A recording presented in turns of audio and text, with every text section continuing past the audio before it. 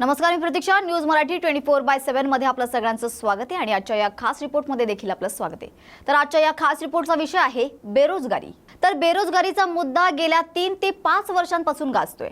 2014 मध्ये दर वर्षाला 2 कोटी जणांना रोजगार देण्याचे आश्वासन दिले होते. ते पूर्ण झाले नसल्याची ओरड आहे आणि वस्तुस्थितीही तीच आहे.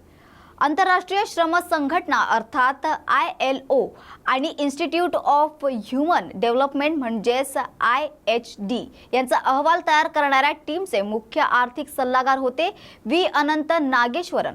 ते म्हणाले होते की 2000 ते 2019 या काळात युवकांमधील बेरोजगारीचा दर सातत्याने वाढला होता.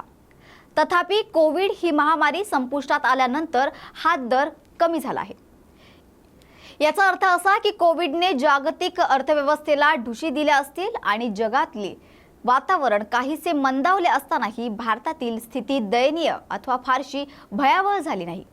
जसे आरोप निवडणुकांच्या काळात झाले ते खोटे आहेत असं नाही, मात्र स्थिती तुलनेने चांगली किंबहुना काहीशी सकारात्मक झाली असल्याचे रिझर्व्ह बँकेचे म्हणणे वस्तुस्थितीला धरून आहे. टक्केवारीच्या भाषेत सांगायचे झाल्यास गेल्या आर्थिक वर्षात रोजगार वाढीचा दर 6% नोंदवला गेलाय. अगोदरच्या वर्षात तो 3.2% होता. देशाची अर्थव्यवस्था 60% दराने वाढली तरी त्यातून केवळ 80 ते 90 लाख रोजगार निर्माण होऊ शकतात. तथापि भारत तरुणांचा देश आहे. शिक्षण घेतल्यानंतर नोकरीच्या बाजारात दरवर्षी दाखल होणाऱ्यांची संख्या पाहता प्रत्यक्षात 1.2 कोटींच्या आसपास रोजगार निर्माण होण्याची गरज आहे. याचा अर्थ 60% दराने जरी अर्थव्यवस्था वाढली तरी किमान 40 ते 50 लाख नोकऱ्यांची कमतरता भासणारच आहे. तसेच पुढील दशकभर जरी 60% दराने वाढ झाली तरी ही समस्या कायम राहणार आहे. सरकारमध्ये असलेले किंवा विरोधात असलेले या सगळ्यांना याची कल्पना आहे, मात्र आपल्या राजकीय लाभासाठी किंवा आपले मूल्य वाढवून घेण्यासाठी आरोप करत नकारात्मक वातावरण निर्माण करण्याची आणि निवडणुकांच्या तोंडावर रेवडी संस्कृतीला चालना देण्याची प्रथा सुरूच आहे. सुरुवातीला हे सगळे भले आणि चांगले वाटत असले तरी अंततः ते कोणा एका व्यक्तीचे नाही तर संपूर्ण देशाचे नुकसान करणारे ठरणार आहे. आज बेरोजगारीच्या संदर्भात जेवढे चित्र निर्माण केले जात आहे तेवढे ते भयावह नाही आणि नसावेही. शिवाय रोजगाराची व्याख्या म्हणजे केवळ सरकारी नोकरी तसेच गृहीत धरून तसा रोजगार नसणाऱ्या सगळ्यांना बेकार ठरवायचे का, तर हाही एक प्रश्न आहे. जर खाजगी क्षेत्रातील नोकरदार तरुणही राजकीय विरोधात चष्म्यातून बेरोजगार ठरवला जात असेल तर स्वयंरोजगार असणाऱ्या छोट्या मोठ्या युवकांना मोडीतच काढले गेले असणार. अशा वातावरण निर्मितीमुळे समाजात एक नकारात्मक संदेश जात असतो आणि त्यामुळे नैराश्य व्यापून राहत असते. हे विसरता कामा नये. रोजगाराच्या अधिक संधी निर्माण करण्याची आवश्यकता आहे हे कोणी नाकारत नाही, मात्र त्याचबरोबर रोजगार म्हणजे काय याबाबत जे चुकीचे समज जोपासले गेले आहेत त्यातूनही बाहेर येण्याची गरज आहे. सर्वच बाबतीत जगाशी तुलना करताना रोजगाराच्या बाबतीत काही विशिष्ट नोकऱ्यांना आपल्याकडे जेवढे ग्लॅमर आहे तेवढे जगात अन्यत्र कुठेही आढळून येत नाही. सरकारी नोकरदाराला गमतीने सरकारचा जावई म्हणण्याचीही पूर्वापार प्रथा आहे. नोकरीची दमखास कमी आणि तुलनेने दायित्व कमी ही त्यामागची कारणे आहेत हे स्पष्ट आहे.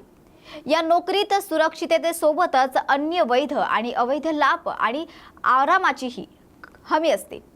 केवळ हेच नोकरीच्या आकर्षणामागचे कारण असेल आणि त्याला पिढ्यानपिढ्या चिकटवून आपण ती नोकरी नसेल तर बेकार म्हणून एखाद्याची संभावना करत असू तर ते योग्य मानावे की अयोग्य याचा गांभीर्याने विचार करण्याची वेळ निश्चितच आली आहे.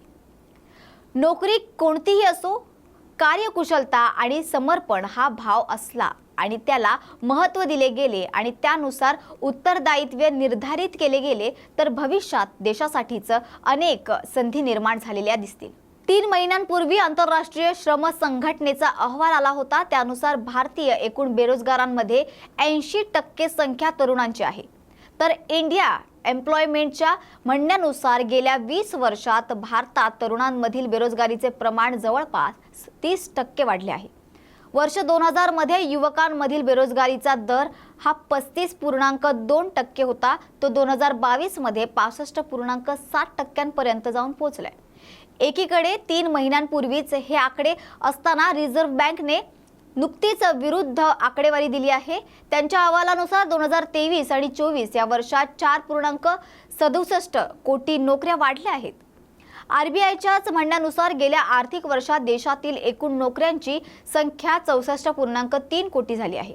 याचा अर्थ असा की जागतिक अर्थव्यवस्थेत कितीही सुस्ती अथवा मंदी आली असली तरी भारतातील स्थिती तुलनेने चांगली असून संधीचे प्रमाण वाढले आहे।